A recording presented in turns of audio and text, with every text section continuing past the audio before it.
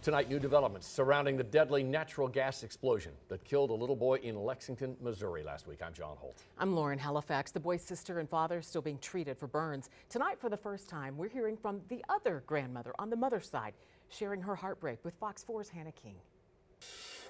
This is a memorial recently put together for 5-year-old Alistair, who lost his life. His maternal grandmother tells me he loved Spider-Man and was looking forward to the Easter Bunny's upcoming visit. I just want people to know that he was here and he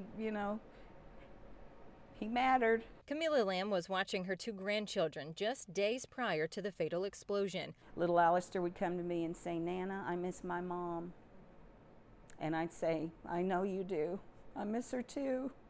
But she's in heaven with Jesus now, and she's with Pop Pop." 10-year-old Cammie's mom died from complications of diabetes. Little Cammie is named after this grandmother. She was a very proud big sister of him. 5 years in age, separated by her and her younger brother. Very comfortable here in our home. Maternal grandmother Camilla Lamb is in shock, saying what took place hasn't yet set in. That he's gone.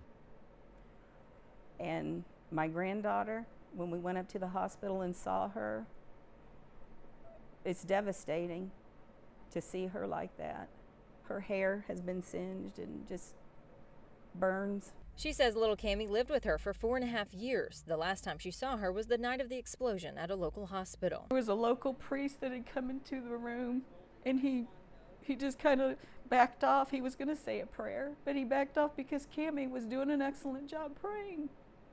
She was praying for her brother, praying for, herself. I just hope and pray that I can see my granddaughter again. And hoping more memories get placed in this book. She lost her real father. Her biological father died just months before she was born. Her mother passed away when she was 9. Her pop-pop passed away just recently, and now her little brother.